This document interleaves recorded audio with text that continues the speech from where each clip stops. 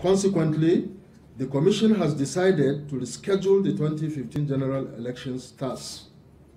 The national elections, i.e. Presidential and National Assembly, are now to hold on March 28, 2015, while the state elections, governorship and state assembly, are to hold on April 11, 2015. Nigerians were supposed to vote today, but plans have changed. Citing security concerns, the electoral body has postponed the elections until the 28th of March, a move welcomed by the ruling party, but taken with contention by many onlookers. So was the postponement warranted, and will it make a difference? I'm Beatrice Marshall, and welcome to Talk Africa.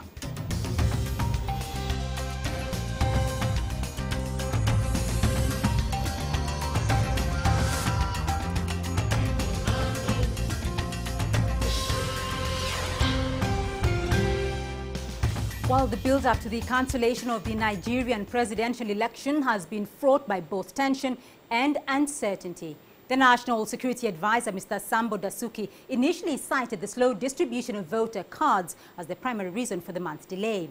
Now, according to Dasuki, some 30 million of Nigeria's registered voters were yet to be issued with voters' cards as of January the 22nd, while the Independent National Electoral Commission claims they've registered over 70 million voters. But then their tune changed. The Office of the National Security Advisor has now advised the Electoral Commission to postpone the polls by at least 6 weeks, placing blame on Boko Haram's insurgency in the northeast states of Borno, Yobe, Adamawa, and Gombe. Now, the National Security Advisor says they cannot guarantee security for the polls as the army is otherwise occupied fighting the militants. On February the 7th, the Independent Electoral Commission Chairman, Professor Atahiru Muhammadu Jega, heeded their advice and pushed both the presidential and parliamentary elections from February the 14th to March the 28th. Now, the Nigerian army, backed by an African Union-sanctioned strong multinational force from Niger, Chad, and Cameroon, now have 6 weeks to battle the militants on Nigerian soil with 8,500 troops. But it has since emerged that the race might be tighter than previously thought.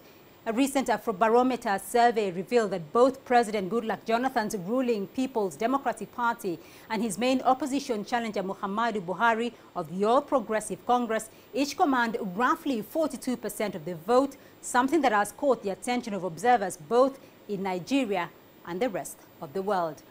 With the added backing of an 8,000-strong regional force, now the Nigerian army has launched a massive campaign to roll back Boko Haram and pave the way for a peaceful election. CCTV Sophia Radengo is in Nigeria and compiled this report.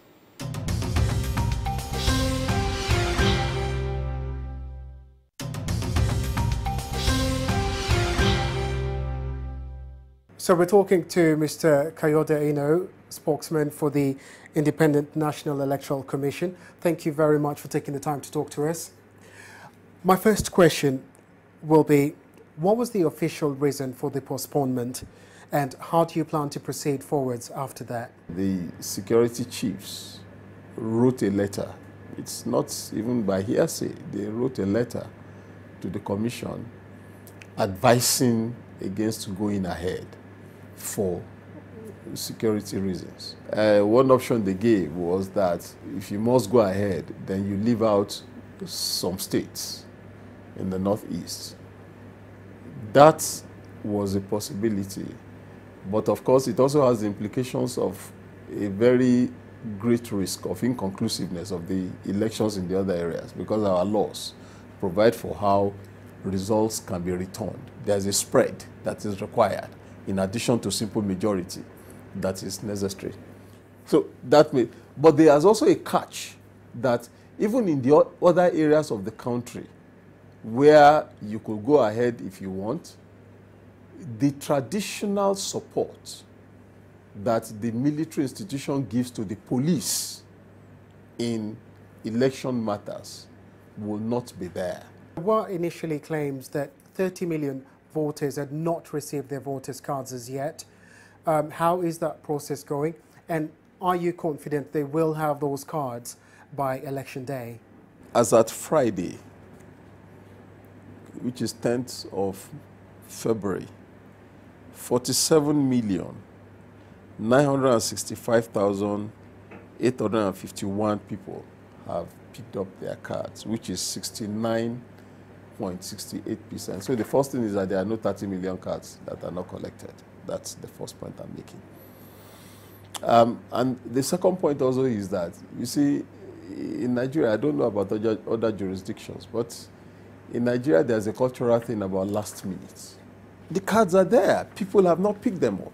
Right, so I just want to turn on to now the question of observers. Exactly who has been accredited to be an observer during this electoral process? Yeah, so over 100 groups have been accredited. If I remember rightly, it's either 102 or 120 now.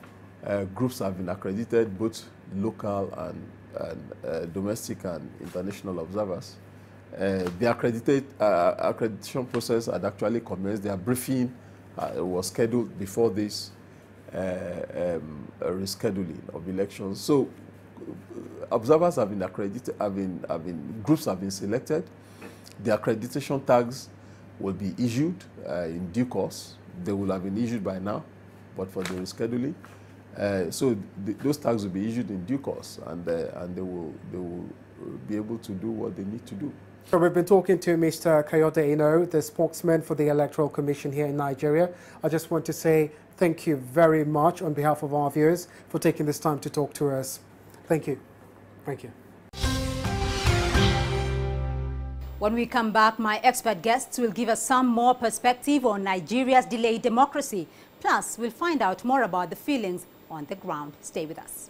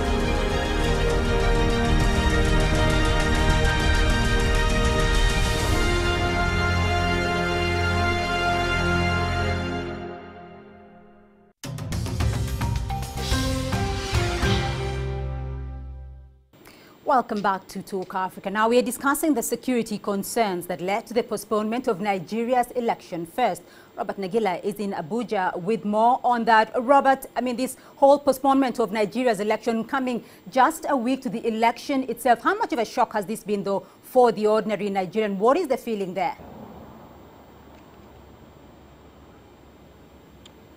Well, Beatrice, thank you very much. Now, the reaction from the postponement of the election date by almost 6 weeks was thick and fast. Now, that reaction depended on which side of the political divide you were. As far as opposition supporters were concerned, this was an effort, combined effort by the government and the military to try and influence the vote. They say that as far as they are concerned, their candidate had made such huge inroads into the president's strongholds, and it's a very, very tight race, and that's one of the reasons why this date was pushed by 6 weeks. However, when you talk to ruling party supporters of the incumbent president, Goodluck Jonathan, they say that, look at the security situation in the north. That needs to be dealt with before you can have an election, a democratic election that involves the whole country. They also point to the fact, which is true, that millions of people still do not have their voters' identity cards. So that's how they see it. However, we had been hearing noises about the postponement of this date weeks before it actually happened. So it looks like this was something that was actually being considered much, much earlier. Beatrice? Well, it was considered much earlier, Robert, though, and as you mentioned there, it's the security situation with Boko Haram that was atop on the agenda of cancellation of that, postponement of that election. Though you've been traveling around Nigeria, Are you feeling the impact, or are the people there feeling the impact of that insecurity the government talked about?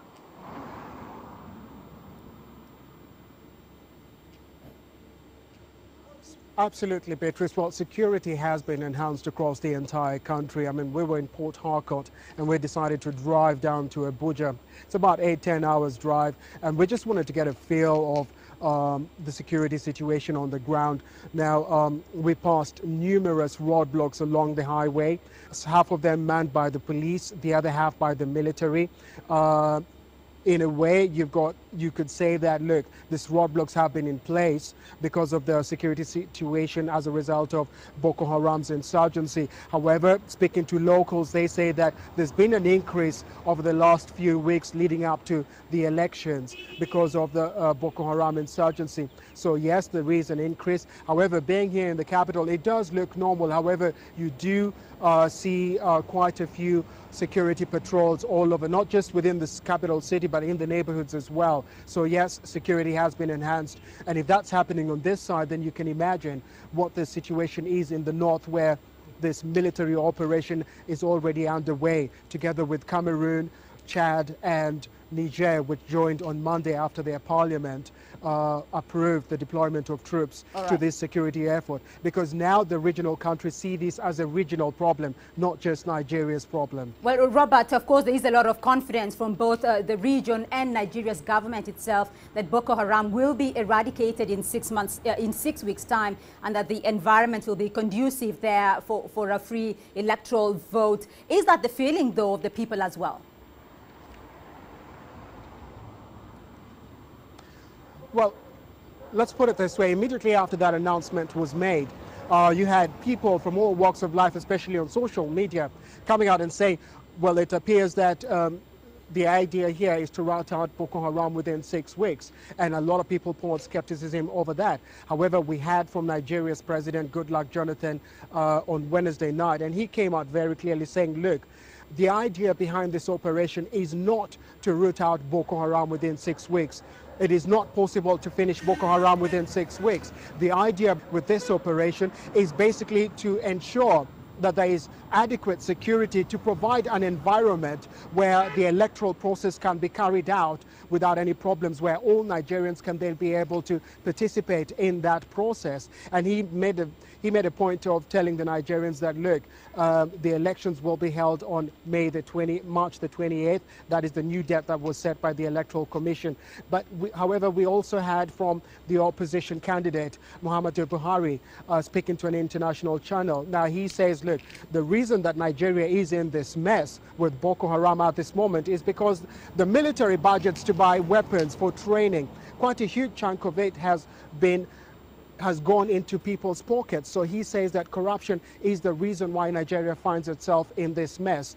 But again, like I said, the president says that the idea is not to get rid of Boko Haram completely, because he says that is not possible within 6 weeks. It will take much, much longer. The idea is to provide a conducive environment for the electoral process to take place. All right, Robert Nagila, thank you very much for your insight there for us there in Abuja. And later on in the program, we'll be speaking to Nigerians on the streets about this situation. But for now, on the program, I'm joined here in our Nairobi studios by Senator Hassan Omar. He is a lawyer and senator in Kenya. I'm also joined by Dr. Comfort Ero, the Africa Program Director at the International Crisis Group. Dr. Ero, let me start off with you. You've just heard from Robert that the idea in Nigeria at the moment is to create a conducive atmosphere for a free and fair electoral vote. The government, however, says it wants to eradicate Boko Haram in 6 weeks. Now, Boko Haram has been in insurgency mode, so to speak, for almost 6 years. Is it possible to eradicate Boko Haram, though, in 6 weeks?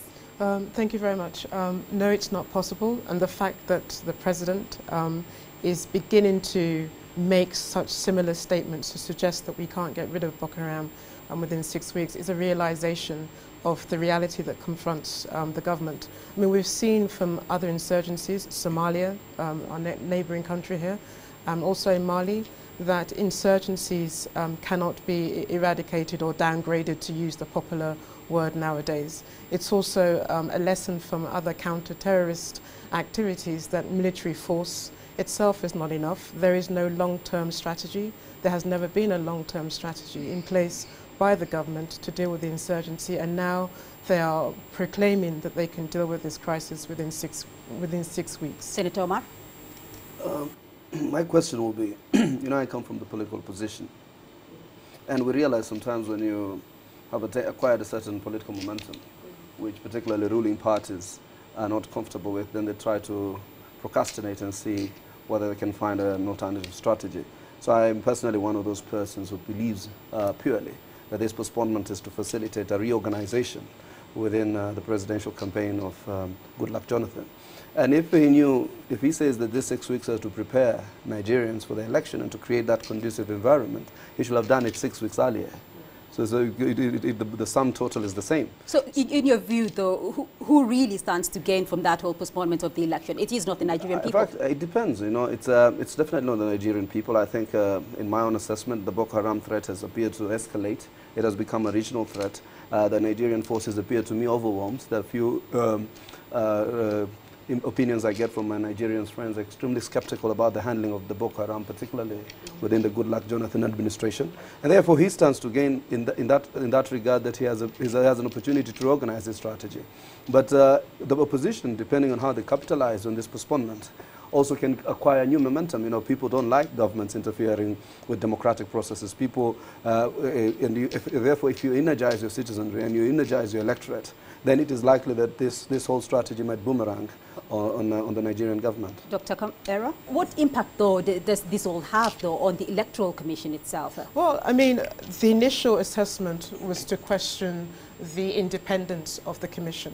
But I think that the government itself and the fact that the hand of the security has been involved in this has also undermined the credibility of the government. Just to go back to what you're saying, it's true that the incumbent government stands to gain, but I think the Nigerian public will see that the cynical attempts and the manipulative attempts by the government to try and regain ground. I mean, I think it's worth bearing in mind that at the start of this year, there were clear indications that the government was losing ground.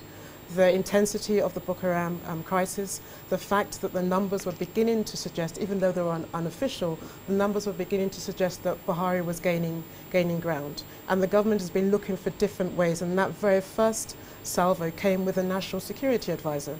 Clear, inappropriate interference by the security. But what about the security situation itself? Because as we heard from Robert earlier on, he did mention that there are a lot of roadblocks. There is a feeling of insecurity generally from the Boko Haram insurgency. What about that position? Well, the question is, you've been in government for 5 years. We've known about this insurgency even before you came into government. It's intensified under your watch for 5 years. A number of people are quite right to question the reason why now at the 11th hour you have chosen to call the elections off. You will forgive Nigerians for being cynical, for questioning the efforts or the game played by the government. You'll forgive a number of people, whether Nigerians or internationally, to wonder what the agenda of the government is at the 11th hour. Before the elections. Dr. Era will continue in a moment. We also want to hear what Nigerians on the streets have been saying about the postponement of Nigeria's elections. I think it's in the best interest of Nigeria due to the fact of the reasons adduced by the electoral body, INEC. They have brought up the issue of security. They have also brought up the issue of non-distribution of PVCs, that's a permanent voters card. So I think it's in the best interest of Nigeria. There is no guarantee of security, and I believe Nigerians cannot risk going out on February 14 to cast their votes. People are come out to come and vote because we are already ready for this on the 14th February, but as they increase the election into 28 March, we're still ready for the election on 28 March. I can't open my door and allow the thief to come in, so I have to block the road. Understand? So that's why the other region country, the neighboring country like Chad, Cameroon, Nigeria, they collide together to fight this insurgency. Well, we are discussing the postponement of Nigeria's election. Joining me now from Johannesburg, Mr. Naim Jina, the director of the Afro-Middle East Center. Still in studio with us, Senator Hassan Omar and Dr. Comfort Ero. Mr. Jena, let me come to you with this one. Let me get your views, though, on the postponement of Nigeria's election. Did this come as a surprise to you at all? Well, I wouldn't say a surprise. I mean, you know, everyone was expecting the election would take place. But the reality is that the security situation, particularly in the north and northeast in particular of the country, is such that an election taking place right now is not going to really be a fair election. So that it was postponed is, I don't think, a huge deal, as long as it's not in violation of the constitutional requirements. Senator Hassan, that is what he's saying. It would not have been a free and fair election under the current security situation. I think one of the conditions precedent to a free and fair election is security.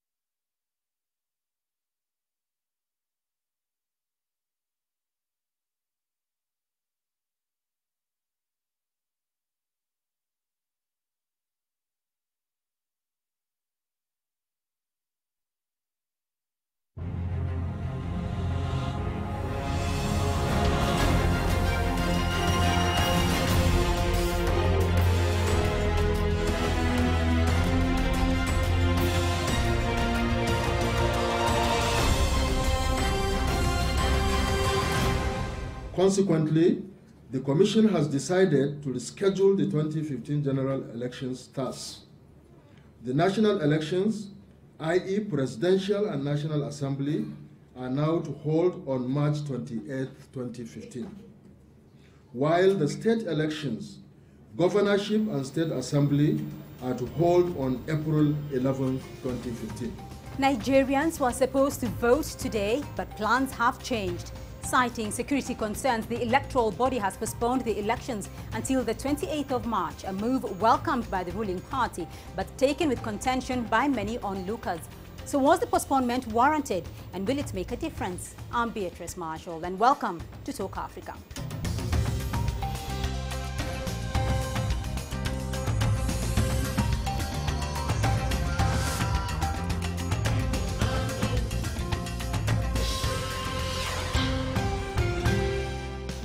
While the build-up to the cancellation of the Nigerian presidential election has been fraught by both tension and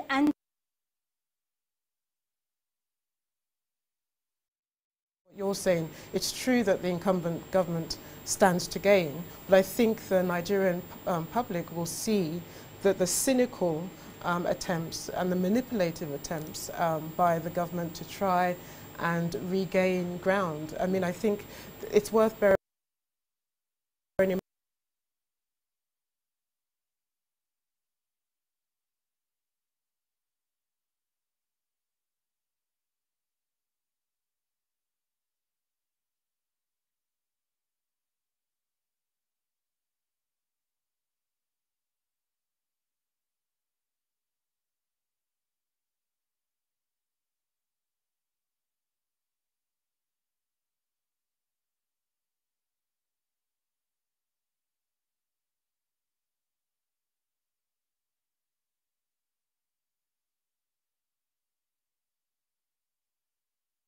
Nigerians on the streets have been saying about the postponement of Nigeria's elections?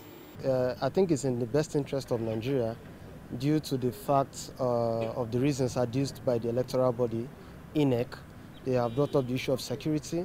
They have also brought up the issue of non-distribution of PVCs, that's a permanent voters card. So I think it's in the best interest of Nigeria. There is no guarantee of security, and I believe Nigerians cannot risk going out on February 14 to cast their votes. People are come out to come and vote because we are already even ready for this on the 14th February. But as they increase the election into 28 March, we still ready for the election on 28 March. I can't open my door and allow the thief to come in, so I have to block the road.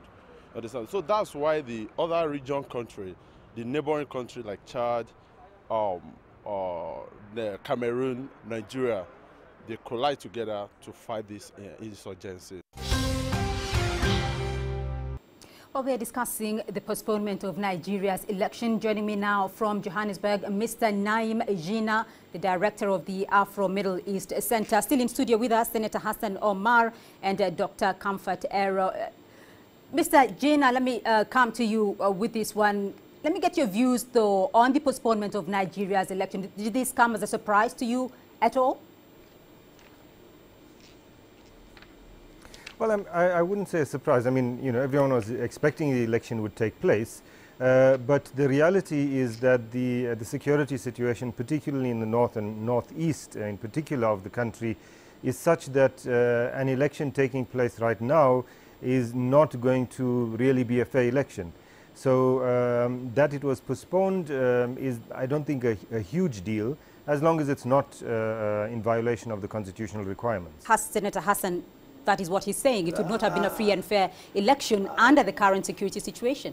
I think one of the conditions precedent to a free and fair election is security. But the insecurity here is a melee that has been suffered by the Nigerian people over the last 5-6 years of the Boko Haram insurgency. So for you to purport at this moment in time that security is an issue so suddenly that you procrastinate an election or postpone it, it doesn't make sense. I think it is a big deal, but particularly if you look at the manipulation by the military. Because you see, I always say that there are two agencies that handle elections in Africa. The security, that's why sometimes in Kenya we're extremely vigilant about how the composition of the national security reflects in terms of objectivity and independence and impartiality. Secondly is the Electoral Commission. The Electoral Commission will have been happy to proceed with this election this week. So I think I do not believe it was done in good faith. And as we said, as my assessment is, if you tell Boko Haram that you postpone an election because of them, then they have achieved an objective. Then they will not let go of that objective. So they are likely to escalate the kind of insurgency over the next 6 weeks. And what will you say after 6 weeks? That you still cannot hold an election and procrastinate it indefinitely? Mr. Jenner, this should have been done much earlier. Do you agree? No, I agree with that. All I'm saying is that it's not a constitutional violation. Whether it's a manipulation, that's a matter of opinion, and I think that there's a good case to be made that that it's being used as a manipulation in order to ensure that votes go in a particular way, or that particular areas that are not ready do get ready in that time. Constitutionally, it's not a problem, but yes, in terms of that, there's a definite possibility of manipulation. All right, Dr. Era. No, I mean, I think both the senator and our friend in Johannesburg have been quite right. It's not, it doesn't undermine the constitution. It's still within the framework of the Nigerian constitution. But you can't get away from the fact that there have been, since the start of this year, increasing pressure, arm twisting, suggestions of manipulation. It's not the first time we've had delays, 2003, 2007, 2011. But these were all tied to logistical, technical reasons. This is the first time you have seen the National Security Advisor insert himself in this way.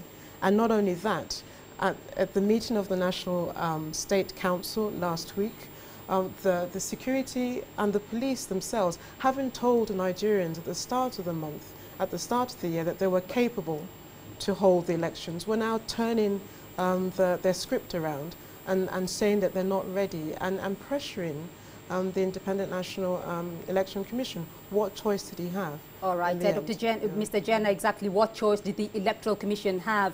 They were put under some sort of undue pressure. Yes, no, I mean, that's part of the manipulation. Political pressure being brought to bear on the Electoral Commission in order to change the date, although not in a manner that violates the Constitution, but to change the date so that they can ensure more votes in a particular area. And of course, the hope is that in the next 6 weeks, there might be some successes, particularly since in some of the neighboring countries there are successes against Boko Haram, and the incumbent president could claim those successes as his own, and hopefully in that way get more votes. So there's two levels, I think, of what we might call manipulation involved here. I just want to get in Mr. Jenner here very briefly, though. In the event that the Boko Haram or the security situation in 6 weeks does not improve, what happens next? Is there a possibility of another prolonging of the election? I don't think that there's any chance really that the security situation is going to substantially improve. I mean, there's the definite possibility that more Boko Haram fighters will be killed, whether in Nigeria or in Cameroon, Chad, Niger, etc. But substantially, I don't think that the security situation is going to change. I don't know that the Nigerian government would survive calling for another postponement of the election. They might want to at that stage, but I suspect that in the next 6 weeks, they will try to achieve what they wanted to do by this postponement, if our argument about manipulation is correct, that they want to achieve that in the next 6 weeks so that they won't have to postpone it. All right, Dr. Ero, very briefly. I totally agree. This could turn out to be a perilous postponement. President Goodluck Jonathan has taken a risky gamble. If it pays off, he could go back into Asarok. If it doesn't, I think Nigerians, the temperature will increase magnificantly. Senator Hassan Omar, Dr. Comfort Ero, and Mr. Naim Gina joining us from Johannesburg. Thank you very much all for being on the program. I'm Beatrice Marshall in Nairobi. Goodbye.